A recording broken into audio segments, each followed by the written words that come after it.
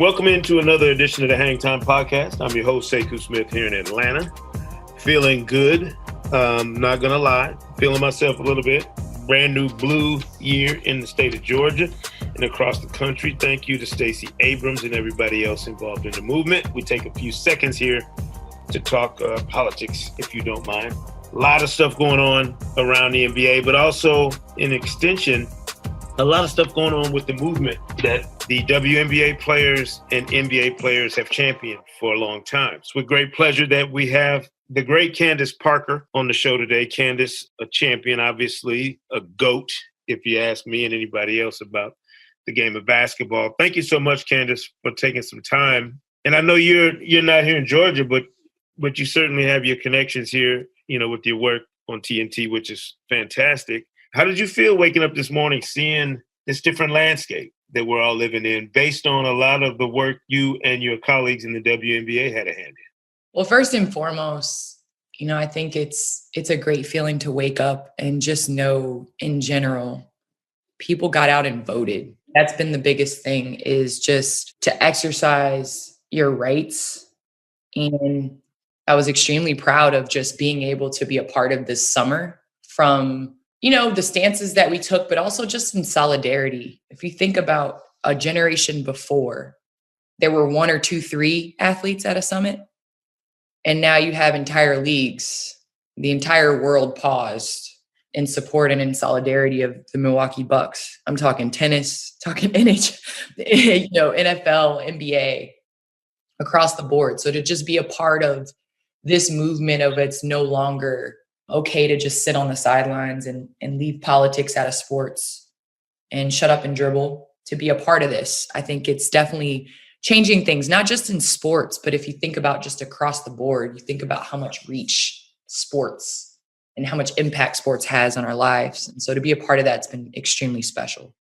Yeah, it's an amazing time when I think about it. And I'm torn. Part of me loves the progress that's being made. And part of me is fuming that in 2021, we're still shocked and excited to see Becky Hammon as a potential head coach in the NBA. And I'm thinking to myself, Candace, this should have been done already. We should have cleared these hurdles already, in my mind. When I graduated high school and I was thinking, what would the world look like 10, 20 years later? I thought all this stuff would be in the rear view. I thought we'd be past this. So while I'm just thrilled that we're making the progress we are, is there any part of you that feels like this is way overdue, like we should have done this already?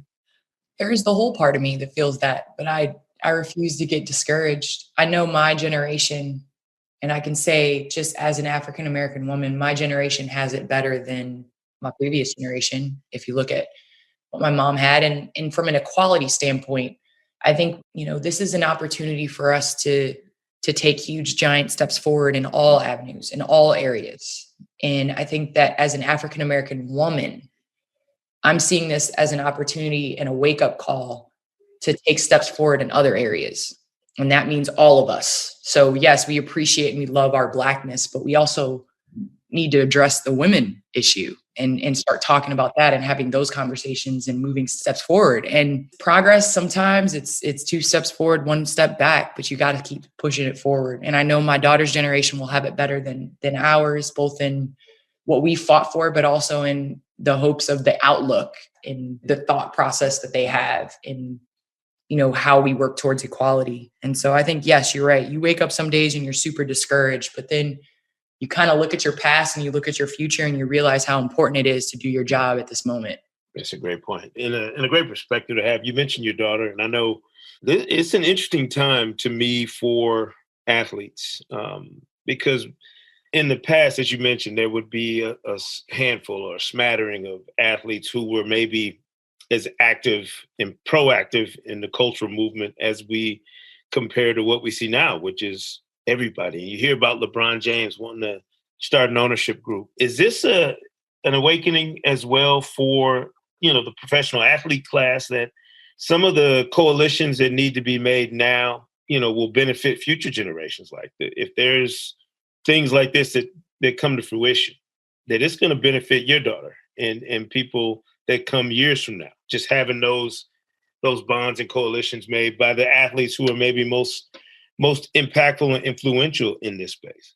I definitely see those steps. And I think support is a huge word that we kind of throw around lightly. But I think in this generation, we've kind of seen the way that it works and the impact. Everybody has a hustle for sure. And America is about opportunity and, seizing that chance. And you can, pull yourself up by your bootstraps and work to be. But let's all be honest, it does make it a little easier when you know people and when you have people that help you and support you and guide you and become your mentor and give you a chance. And then seize that chance and work hard. And I think we're realizing within this generation, it does matter who's making the decisions. It does matter about diversity in thought. It does matter about support. It does matter about people voting and people getting out and speaking their mind and speaking about things they're passionate about. With us in the WNBA, we realize things aren't perfect, but we do have a platform. We are 80% African-American women. We are part of the LGBTQ community, social economic backgrounds, religion. I mean, we are the majority of the minority in this country. And so for us personally, the platform we have, it's about support and it's about giving a voice to people that don't think they have a voice. And so I feel it's super powerful when people that have and have made it and are doing things still remember where they came from. And, you're seeing that now with the athletes, that it's no longer okay to just go out and play and make money and take care of yourself and your family. Now the expectation is for you to reach out and help others in places that you came from.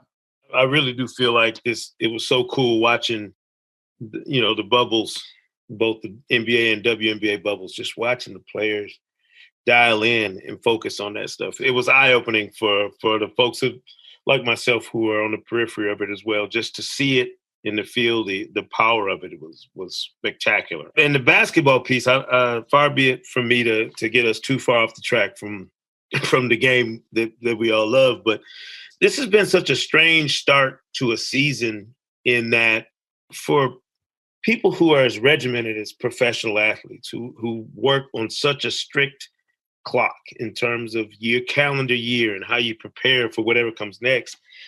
These first couple of weeks of the season have presented some games that have been head scratchers, like blowouts that you can't even fathom. Do you think that the unnatural way that this season had to start based on the way last season ended has led us to some of these weird performances, these 40, 50-point blowouts for certain teams? Yes. As much emphasis as we put at the struggles of the bubble last year, I do believe some of those struggles are going to carry over into this year.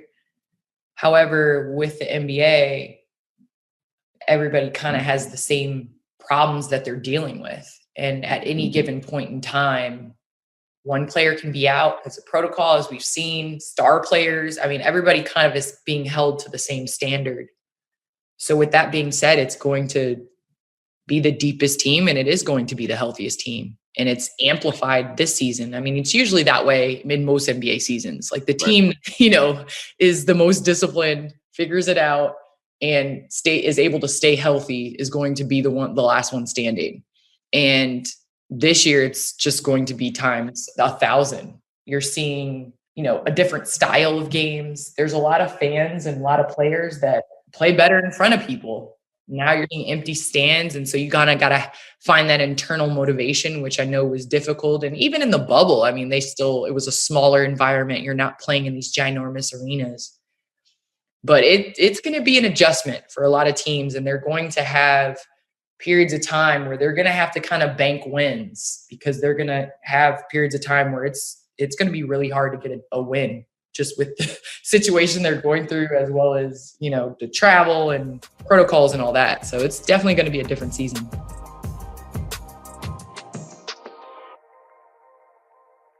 I'm trying to think of the number of people I could ask this question where they could actually entertain it just in the context of who they are and what they've done in their career. You might be one of the only ones I can think of. LeBron James is into his 18th season playing at an elite level. And there are players that come into the NBA that have the luxury of, easing into whatever career they're going to have. There are other people that come with instant expectations.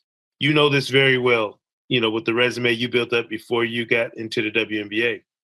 how in the hell does somebody play 18 years at that level and then find the energy day after day to get up and keep doing it? That's the one thing about LeBron that's amazed me. It's the physical sustainability that he's shown, and then just the mental acuity to be able to get up every day and know that you got to carry this burden of being the best of the best. Like, how do you do that? How does somebody do that when you get into the double digit years, when you get into the twilight of your career and still dial up the effort and the performances that you need to uphold that? It's unbelievable for him to be playing at this level 18 years in. I'm going into my 14th season, and the thought of 4 more years, it's it scares me. But honestly, it's not the games that are difficult. Mm-hmm. As a kid, I still get the same joy that I get from playing in a game with fans, and this is what you dreamed of your entire life. You still find that motivation of like, man, how many more playoff games am I playing in my career? So like, I got to really take this moment in. It's not the games. It's the off season. It's the discipline within the off season, the preparation. Right now I'm in an off season and I'm working with Turner, as well as trying to mentally prepare myself. So today is really not going to matter, but it does, because those days add up. And so I guess I commend LeBron for changing the way that we view preparation to prevent injuries and to prevent things that could happen. I mean, the amount of care that he has, the detail that he has, the regimen, a lot of players and athletes are following suit because they've seen the success that has come from that. And every point that he scores, he's prepared for that so many more hours than the 48-minute game. And I think my brother said it best when he retired from the NBA. He said, when you do not have the desire anymore to prepare for the season, then you know it's time to give it up. It's time to hang it up. Yeah. And I guess I'm more impressed with that 18 years in, he's still preparing the same way that he did, early on in his career. Yeah. You mentioned something very interesting, talking about just the idea of 4 more years. When you get to this stage of a career, like, what does that look like when you're preparing again for another year? You mentioned your daughter and, all that you have going on. You got so much going on. Where do you find the time to like really knuckle up and prepare for this? Because it's a beast now. You got young players. I look at some of these young players running around the NBA, and I'm sure it's the same in the WNBA. It's like, it is certainly a young person's game in a lot of ways, just the physical demand. Where do you take the time to really focus in on that? Is that a daily maintenance thing or something you have to build up to? How do you process that? I am so goal oriented, and I've learned to be disciplined. My first season, I will say, I was not very disciplined. TV got the best of me. Sekou, with Chuck, I was trying to eat during March Madness with Chuck, and it was just not working out at all. Right. I wasn't disciplined, and I came in and I got hurt. And I learned my lesson. I'm one of those people that may have to touch the fire a little bit to know that it's hot. And once I do that, then I know this is what I can do and this is what I can't. And I set goals, and those are the things that get me past the lack of motivation days. Because we start kind of as human beings like reasoning that today doesn't matter. But in the grand scheme of things, if you start having that attitude and that mentality when you're reasoning whether things matter or not, then the next day it's easier to do that. And the next day it's easier to do that. And so I just try to stay as disciplined as I can. I really enjoy talking basketball. If you think about it, we have the second best job in the world, and the first is playing. I don't want to coach, I'll tell you that. So I don't have patience to coach. I'll tell you, the best job is playing basketball. Second best is talking about it, because we do it on our couch anyway. And now that's our job. So that's no problem. I love talking about basketball, but preparing for the next season, I definitely have to stay on my toes with discipline and making sure that I'm doing what I'm supposed to. The game to me has changed so much too, Candace. I remember the McDonald's All-American experience you had, and it was like, this shocking thing. Oh, she dunked, she won dunk contest over Josh Smith and these guys. And it's not a female player dunking doesn't have the same shock value that it once had, which I think is progress. That's a good thing. But does the game, men, women, whoever's playing it, does it look more similar to you now than it did maybe 10 years ago, maybe longer than that, in terms of now it's cool for males to have the skill set you need to survive and to be able to shoot it and do some of the fundamental stuff that I think the women's game has championed forever. It's what I've always appreciated about the women's game is that there's a premium on the pure fundamental skills it takes to be good at basketball. Opportunity is the word that I will use. I think it's opportunity and it's visibility for women. There are a number of young girls and young women that would have been able to dunk had they had the training and they saw it and they set that as a goal and they worked towards it. There's a lot of things that are changing now. You think about now it's not a shocker when a woman dunks. At the same time now, sitting at the dunk contest, judging the dunk contest, and I'm seeing these guys go out and just do incredible dunks and nobody is impressed anymore because they see it everywhere. It's visible. So in a way, because of that visibility, because of social media, because of YouTube, because of all these things that we're able to see what the best, I think it does push us because then we're going to train to be better than that.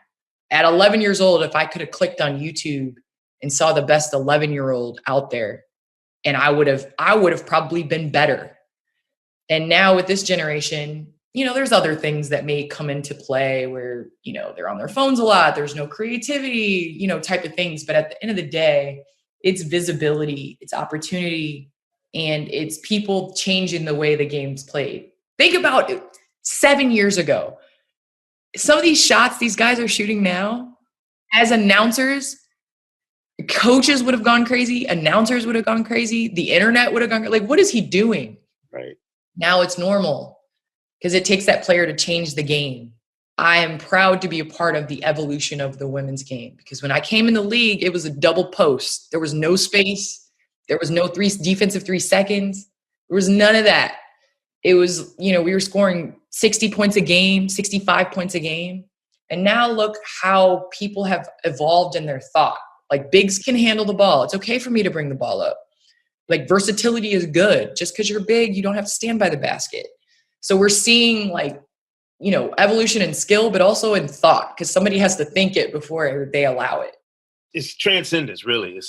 And I don't know if the players, yourself and others have thought much about it, but y'all have, y'all are the people who have transcended the game from one era to another, like literally changed the game. I'm like a lot of people. I watch far too much YouTube, far too many videos on my phone, and I'm always taken aback at just anything somebody can dream up now, they're trying it. And I think that, to me, the spontaneity of it, of people trying to do crazy things and push themselves to those limits is what's led to all of this, to what's led to this kind of move from one stage of the evolution of the game to the other. So I hope that y'all, in all the hard work and all the time y'all spend training, and I hope y'all sit back and just enjoy the fact that this is a transition from one era to another, and it's spearheaded by players like yourself. Well, thank you. It's been fun to be a part of it, I will say, just to look back. And I know Chuck says it, and I know a lot of NBA players say it, and basketball players in general, that this orange ball has done so much. Because I think just as crazy as the game is changing, I think the athlete's place in the world is changing as well. And so to be a part of that as well is super special.